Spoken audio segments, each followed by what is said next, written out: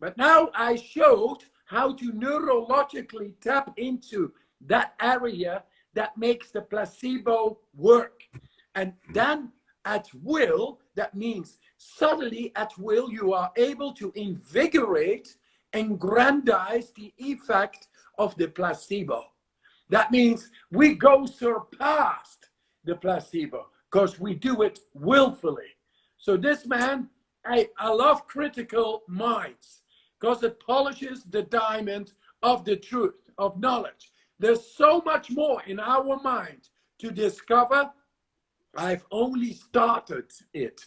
But they say, if you are able to tap into the deepest part of your brain, where else can you not go? It's all there. So it is past the placebo. The placebo now is in control. Now we are able to make that bigger because our will, our neurology is connected. And I say to you, and for that, to all the people who are looking at this, listening, we are able to tap into the deepest part of our brain, into the placebo, make it stronger. That is healing, that is mood regulation, and that is going beyond your capabilities, your possible, what you thought possible. In science even, we are able to transcend it now. This is a new era, a threshold of the power of the unlimited power of the mind. There we are. And this is what I think is so great about breathing and so great about modern technologies is all this stuff is measurable. And you can even, if you have a pulse oximeter, which a lot of people here do, this is about $15 on Amazon. You have heart rate variability. You can breathe in a different way. You can breathe very slowly, longer exhale, and you can watch your entire body transform within a few seconds. And so you can just imagine if that's what's happening in a few seconds, I can watch my blood pressure go down 10 to 15 points after about a minute and a half of changing my breathing. So if that's happening in that limited amount of time, what's going to happen after a couple of weeks? What's going to happen after a couple of months? And people have been studying this stuff for decades and decades. That's what I thought was so wild going into this field and researching. It's another reason why I included 40 pages of 500 scientific references here, because I knew no one was going to believe this stuff. But luckily you came around and you said, well, get video cameras here. You know, you can measure me exactly what's happening to my body. And still, I find it absolutely bizarre that real scientists look at this. They say, this is very interesting. These are real studies. They're published in Nature, you know, the top scientific journals on the planet. But you still have this other category of people, and I've heard them say this, oh, he can only allegedly do that. Oh, he can only possibly do that with his body. Oh, and it's just sort of befuddling to me. So it's either you look at data and you look at science and you study it, but I guess it's easier for some people just to say, this is so beyond my comprehension that I'm not going to even bother considering that it's possible. So, and then that's basically what you're saying, right? Yes, yes. We showed it very clear with a group of people. It was not only me. First, it was me. I was the first one to show the autonomic nervous system, immune system, endocrine system, all thought, inaccessible, very robustly activated in my case. Then I said, oh, but you are the Iceman. They said, oh, no, give me a group of people. I will show that everybody is able to tap in where medical science thought it is impossible, just by breathing exercises. And then we did that. A week later, these people received an injection of an E. coli bacteria, all of them, and 16,000 people before had the same test with the E. coli bacteria injected. They all became sick. And my 12 people I trained, within 4 days, they were able to resist the E. coli bacteria in the blood. And then they figured out they are influencing into the autonomic nervous system, endocrine system, into the immune system. This was all thought impossible. money system and the hierarchy within doctors, they don't believe in, when you ask a doctor, what are you studying? Yeah, medicine. No, man, you should study healing. And healing is being done by your own body, by going within. Any animal who is sick retrieves itself. And then the energy is able to heal within. We forgot about it. We want instant recovery, a pill, and becoming dependent. Yes, then the placebo works. A placebo thing works, but not our healing power. Our healing power is so much more capable, but we never are schooled neurologically to connect within our inner mechanisms. And now it's time, through these podcasts, that we simply show, hey, this is no dogma, this is science, and we give it to you. Just think about it. If you, with your own breath, are able to tap into areas of your body and your mind that make you happy, strong, and healthy. Guaranteed. And, I came upon this as well because I had learned how messed up the human face had become, how small our airways had become. You don't believe me? Go look at the 10% of the people in the U.S. alone that have asthma. Look at the 50% who snore. Look at the 25% who sleep. I mean, it's so clear what's happening here, but it's nice to know that you can actually make real change to your body at any time in your life. And I took a CAT scan 1 year before, 1 year after, doing some oral pharyngeal exercises, trying to expand the upper palate of my mouth with all this weird stuff, because right here, this is a muscle tube. Okay. And if you're just eating soft mush all day, you're not working out this muscle. So just like any other muscle, it's going to become flabby. Your breathing is going to become more stilted. It's going to become more difficult to get air in and out. So within a year, I did things that, I had been told were scientifically impossible. I even grew bone in my face. We're told that after the age of 30, we can't model new bone. But you can model bone in your face by chewing, by eating real food. And, the CAT scans are there, the data's there, whether or not people actually want to look at the science or whether they just want to poo-poo it. There's only so much you could do. So we've got about 23 minutes left. Tons of people have written with questions. So we're going to go straight into some audience questions. And if you're feeling brave, we could even open the comments, but trust me, that is a dangerous thing to do. But let's go through some questions that people have sent in the last couple days. So the first one is from Michael, and he asks, how many rounds of breathing do you do in a day? Actually, all day long, I know the reflex of the breath. And as you have been seeing me during this podcast or this interview, sometimes I just take a big gulp of air, like, because I like it. So how many rounds? In the morning, I like to go a little bit deep. So I take 4, 5, 6 rounds. And then, yeah, it's okay. 3 minutes. Anybody is able to get 3 minutes without air in the lungs in the morning. Empty stomach. It's amazing. It's amazing what happens. We are really going to the primordial condition of our body. And that's a great way to start the day. You feel energized and cleansed. It's amazing. Beyond your method, are there any good breathing exercises for beginners? I've suggested that people do what I've heard from breathing therapists or from researchers and scientists. Try to slow down your breath. We're all super stressed out now. Maybe inhale to 4, exhale to 6. Try that throughout the day. That's going to elicit more of a relaxation response. But what does Wim Hof do when you're not doing the heavy Wim Hof breathing? Beyond taking those big gulps, do you ever take slower breaths, or is that something that you... Okay. No, during the day, I actually take a deep breath in, very slowly, no exertion, no force. fully in, and make a tone like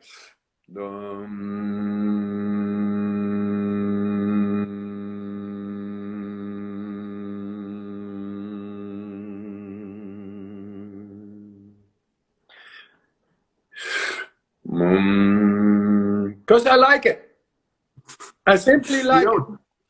You know what you're doing when you're doing that? You're increasing your nitric oxide by 15-fold. And nitric oxide is the stuff that is a great vasodilator. It's the stuff that is released when people take Viagra. You can do that naturally by doing exactly what you did, which is why so many practices, guess what? Guess what that's doing? So you've naturally come to that. The good old meditation. Yep, exactly.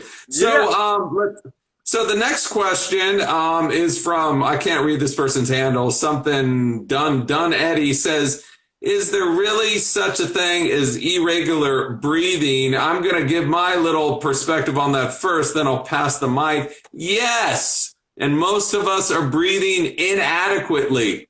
And you can ask almost any breathing therapist, anyone who studies this stuff, and they're going to say the same thing.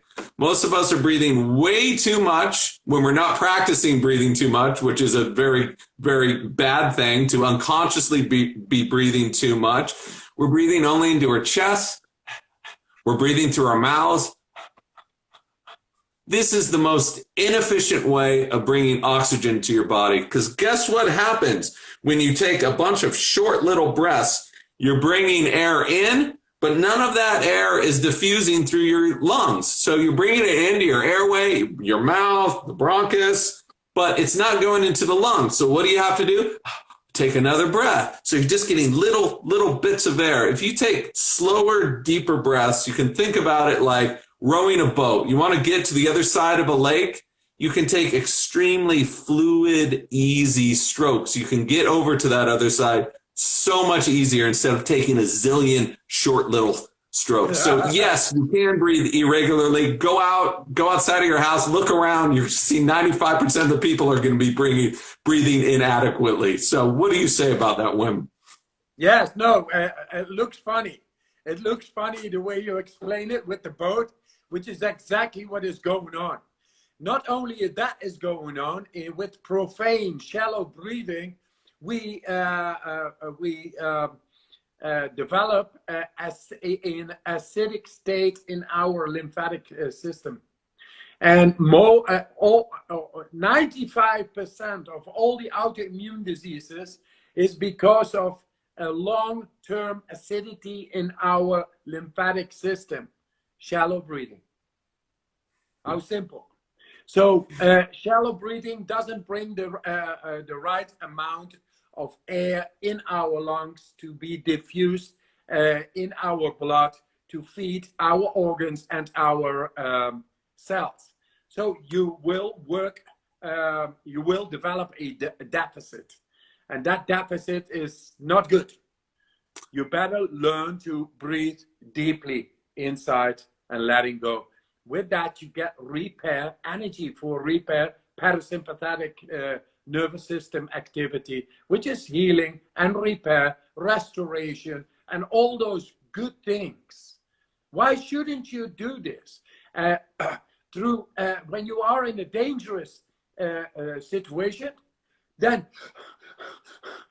you are fast breathing because you use your adrenaline. And this is our problem in our society because of the shallow breathing, because of our comfort zone behavior and non-stimulative behavior. We have become shallow breathers, and in that way we build up cortisol. And cortisol is like adrenaline. It's a hormone for action, and it keeps on going. And then there is never repair because the parasympathetic nervous system is not able to be activated. We are simply, in many ways, developing a deficit through profane breathing. And just try it out. A deep gulp is free energy. It's all there for all your body and all your cells. from various doctors who study breathing have said that your response to COVID, and this is not me, this is from them, they said that how you breathe can impact your immune function, of course, and can actually impact the viral load that you might be taking in. So if you're breathing through your mouth, there's no filtration. There's much less nitric oxide. You're just exposing your lungs to everything around. If you're breathing through your nose, this is your first line of defense, okay? Not only because of nitric oxide, but because all the hair, the cilia, so all of that. And Louis Ignarro, who won the Nobel Prize in the 90s for his work with nitric oxide, believes that just nasal breathing, I'm not talking about when you're doing an exercise. You can breathe any way you want when you're doing a short exercise, but throughout the day, especially in public, you have to be breathing through your nose. And he believes that it could decrease your viral load, and it also helps boost your immune function, and it also helps abate inflammation. So we know that sympathetic state, if you're in a sympathetic state all day long, you're going to be inflamed. And that's good temporarily to be in a sympathetic state. That's what heavy breathing does. But for the other 23 and a half hours of the day, you have to be in that rest and relaxation phase, because that's when, just as you had said, the body is able to cleanse itself and it's able to heal. Yeah, right. Absolutely right. And we showed this in 2014 to do this deep breathing exercising, and then followed by retentions, and then being injected by an E. coli, which is causing the same effect as a virus, the cytokine storm, the damaging factor of COVID. And we showed through this deep breathing to bring it down within a quarter of an hour. This was unknown. Breathing can be very strong, and this is action. This is pure adrenaline. But we should not live all the day with cortisol, epinephrine, and adrenaline. No, for the rest of the day, when the action is done, the danger is gone, we are into repair, into peace, into healing, and into energy building up. Because that is easy breathing through the nose, which is a natural first defense of the immune system. And then everything is fine. It's amazing how nature is able to work. The breath is the ability to go into the depth. And you feel when something is wrong, you naturally go deeper and change the chemistry. I learned that by going into cold water. When you go into cold water, the first thing you do is a deep breath. Because the biochemistry inside needs to change. Otherwise, it's too cold. The force of the cold is too much on the body. So it needs deep breathing. Deep breathing makes the epinephrine, adrenaline going until you are inside so strong that cold water is being neutralized. And cold water is like stress. Anytime when there is stress, when there is danger, your breathing will be deep. But when the danger is gone, you should be in repair, restoration, in peace. Through your nose, not, no, through your nose, controlled and conscious.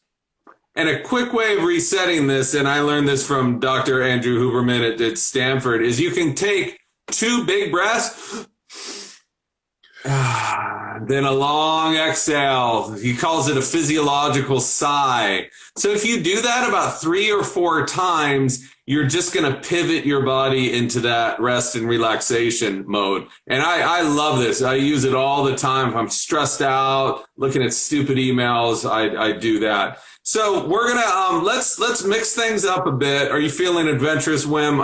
I have a hunch you are. You want to do a little adventuring in this comment stuff, because this is dangerous crap, man. All kinds of weird things could be coming out of this. You're into it? Let them come. Let them come. It's all right. Okay. They're always here. So we have about 10 minutes left. We're gonna do some more spacey questions here. We've gotten the science down. We've gotten the foundation of what the Wim Hof method is. We've gotten some good techniques you can carry with you. throughout the day. We've gotten some information about how to bolster your immune function, which now more than ever, we need to do this. We need to take control of it. Now we're going to sort of drift off into some weirder questions that I couldn't answer, so I figured you'd be able to answer. One of them is from Sparkellis. She says, he or she or they says, when you close your eyes, what color aura do you see? Oh, orangey, sometimes stars and things. But if you do the breathing well, with the retentions, you see all the beautiful chakras and the wakras and the kakras. I have seen, when I've done your breathing and other pranayamas and Sudarshan Kriya and Tumo, I have seen colors unknown to humankind before, new primary colors. And if you want to know what I mean, you can lay down on your floor, you can do some of this breathing, and I have a feeling a lot of people know what we're talking about right now. And not only do you feel amazing, I feel incredible after doing these things, is you walk away and for hours after, you are completely chilled out. Now more than ever, that's what you want. I'm going to open the comments. I've prepared everyone. Get ready. The Russian trolls are there. They're going to probably take this over, but we can just shut them off. We can ignore them, everyone. Everyone breathe deeply, breathe calmly, because this could be a very violent and awful thing you're about to see. So I'm going to turn on commenting right now. Someone just says Jesus. That's not interesting. So while they are getting their comments down, I'm going to ask you another question. People are saying hello. That's cool. How about you? You have Wim Hof on the line, people. Ask him a question, for God's sake. In the meantime, what do you think about doing Wim Hof method through the mouth or through the nose, or does it really matter? Yes, that's what I always say. There was somebody in the room and telling me, Wim, how do I have to breathe? Through my nose, through the belly, through the nostril, the mouth? How? I say, I can breathe through my ass if I want to. I can do that. Really. That is part Don't do that on this call. How about when we hang up, you can do your ass breathing and everything's going to be good. The reason that we are in podcast, that's why I'm able to say these things.